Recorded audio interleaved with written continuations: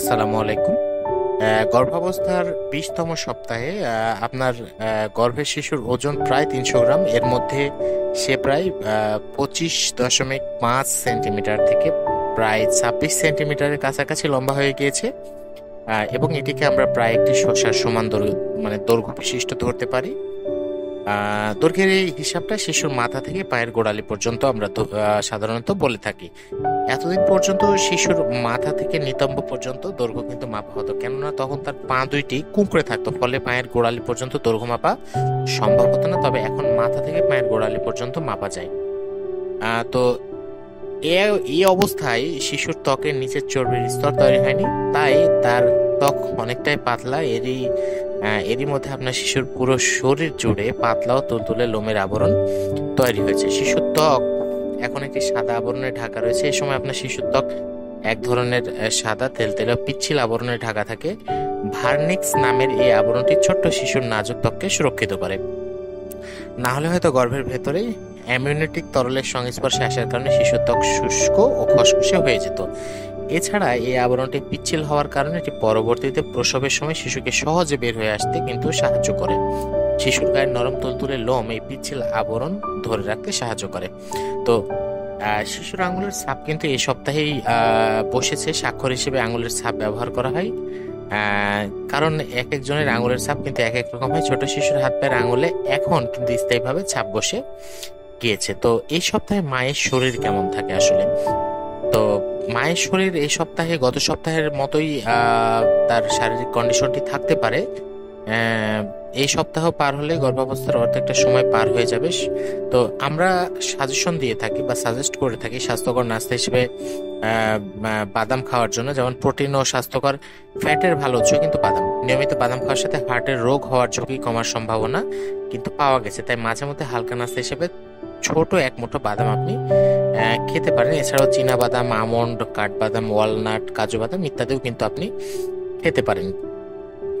তো বাদাম কিন্তু পুষ্টিকর হলেও ক্যালোরি বহুল। অতিরিক্ত বাদাম খাওয়ার কারণে দ্রুত ওজন বৃদ্ধি হয়ে যেতে পারে। তাই নিয়মিত পরিমিত পরিমাণে খাওয়ার কথা মাথায় রেখে তারপরে আপনি বাদাম খেতে পারেন। তো এই সময় নিয়মিত হালকা ব্যায়াম করলে, বিশেষ করে পায়ের ও গোড়ালির ব্যায়াম করলে পায়ের রক্ত চলাচলে উন্নতি হয়। এভাবে পা কামড়ার সমস্যা কিন্তু ঠেকানো যেতে পারে। এজন্য খুব সহজ কিছু পায়ের পাতার ব্যায়াম আপনি করতে পারেন, কারণ এই সময়টাতে পায়ের কামড় একটা গুরুতর আকার ধারণ করে। তো প্রথমে ডান পা দিয়ে শুরু করতে পারেন। গোড়ালির জয়েন্ট ভাঁজ করে পায়ের পাতা উপরের দিকে উঠান, তারপর টান টান করে দ্রুত নিচের দিকে নামান। এভাবে দ্রুত 30 বার পায়ের পাতা ওঠানামা করবেন। তারপর পায়ের পাতা বৃত্তাকারে অর্থাৎ ঘোড়ের কাঁটার মতো করে ঘোরান। প্রথমে ডান দিক থেকে শুরু করে 8 বার ঘোরাবেন, তারপরে বাম দিক থেকে শুরু করে 8 বার ঘোরাবেন। অর্থাৎ প্রথমে ঘোড়ের কাঁটা যেদিকে ঘুরে সেদিকে, তারপর ঘোড়ের কাঁটা যেদিকে ঘুরে তার বিপরীত দিকে গোড়ালি এবং পায়ের পাতা ঘোরাবেন। এমন করে 16 বার ঘোরাবেন। ডান পায়ের ব্যায়াম শেষ হলে একেবারে নিয়মে বাম পায়ের ব্যায়াম শুরু করুন। তো দিনের বেলা কাজের ফাঁকে এসব ব্যায়াম করার অভ্যাস কিন্তু করে ফেলতে পারেন। তো শরীর ফুলে যাওয়ার জন্য প্রি এক্ল্যাম্পসিয়া, যেটি গর্ভাবস্থায় আপনার পায়ে, হাত পায়ে, মুখে পানি জমে ফোলা ফোলা ভাব আসতে পারে। অনেকেরই এমনটা দেখা যায়। এটা সাধারণত কোনো দুশ্চিন্তার কারণ নয়, তবে কখনো কখনো প্রি এক্লাম্পসিয়া নামে গর্ভাবস্থায় একটি জটিল সমস্যার কারণে হাত পায়ে কিন্তু পানি আসতে পারে। তো গর্ভাবস্থায় চিকেন পক্স থেকে আপনাকে সুরক্ষিত থাকতে হবে। তো 20তম সপ্তাহের পরে চিকেন পক্স হলে তার জন্য মারাত্মক ভয়ের কারণ হতে পারে। তবে ছোটবেলায় আপনার যদি চিকেন পক্স হয়ে থাকে তাহলে দুশ্চিন্তার কারণে, কারণ একবার চিকেন পক্স হলে সাধারণত দ্বিতীয়বার আর হয় না। আর যদি কখনো চিকেন পক্স না হয়ে থাকে তাহলে সেটি হয়েছে কিনা সেটি জানা না থাকে, অথবা কোনো কারণে রোগ প্রতিরোধ ক্ষমতা দুর্বল হয়, তাহলে চিকেন পক্স থেকে খুব সাবধানে থাকবেন। আক্রান্ত ব্যক্তিদের সংস্পর্শ এড়িয়ে চলবেন। শুধু ত্বকের সংস্পর্শ নয়, বাতাসের মাধ্যমে চিকেন পক্স ছড়াতে পারে। তাই চিকেন পক্সের আক্রান্ত ব্যক্তির আশেপাশে কোনোভাবে কিন্তু যাবেন না।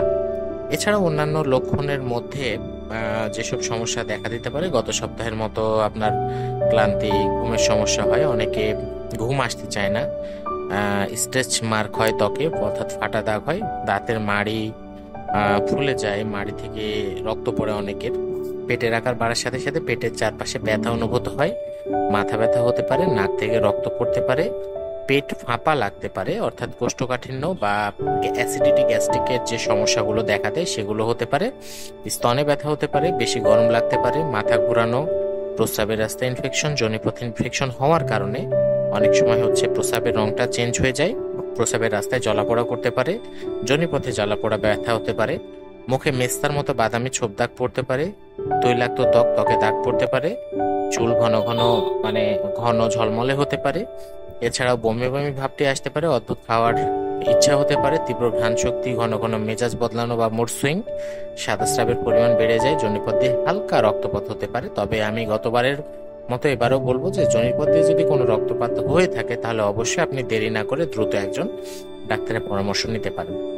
তো এই ছিল আজকের 20তম সপ্তাহে একজন গর্ভবতী মায়ের শারীরিক মানসিক পরিবর্তন নিয়ে আলোচনা। তো আপনার অনাগত সন্তান এবং আপনার সুস্বাস্থ্য কামনা করে আজকের মতো এখানেই বিদায় নিচ্ছি। সবাই ভালো থাকবেন, সুস্থ থাকবেন সেই শুভকামনায়। আল্লাহ হাফেজ।